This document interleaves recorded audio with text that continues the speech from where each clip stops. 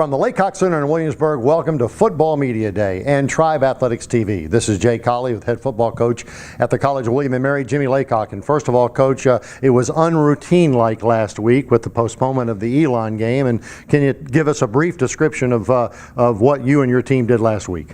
Well, that's kind of an understatement, really, to say it was non-routine. I mean, we found out on Tuesday that the things were going to change, and we had to regroup, and we really were not sure how they were going to change. And then so we went ahead and planned on and had practice on Tuesday, but then we got the word that obviously classes were up and the school was going to be evacuated. So then we had to make arrangements after practice with all of our players as to where they were going to go, whether they were going to their parents or friends, or whether they were, wanted to stay here.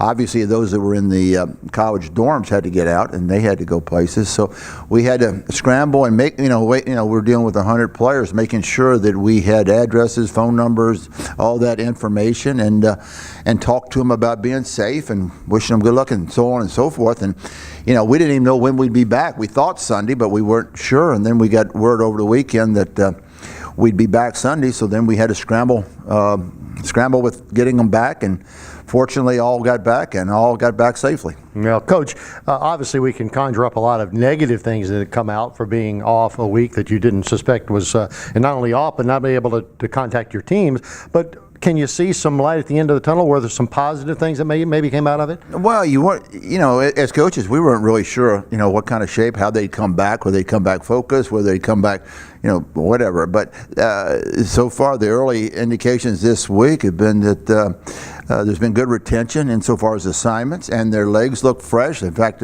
some of them looked a little quicker than they had been. And on the coaching staff wise, we were able to jump in here Sunday. We couldn't even get in our building here. That was closed. So we were able to jump in Sunday and get on our game plan and get ourselves a little bit ahead because we didn't have to do the previous game evaluation. So I think we've made the best of a very awkward situation, I guess is the best way to put it.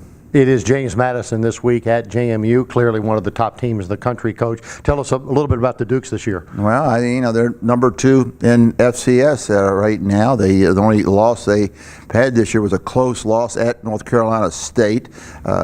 It's again, they've had outstanding teams the last 2 years, and looks like this year is more of the same. They've reloaded. They brought in a transfer quarterback from Pitt, and he looks like he's moved right in there and taken over real well. We've got a running back that came from Georgia Tech, an outstanding player there, and their defense is always very, very fast, very aggressive, very solid. Good luck this week. Thanks, Jay.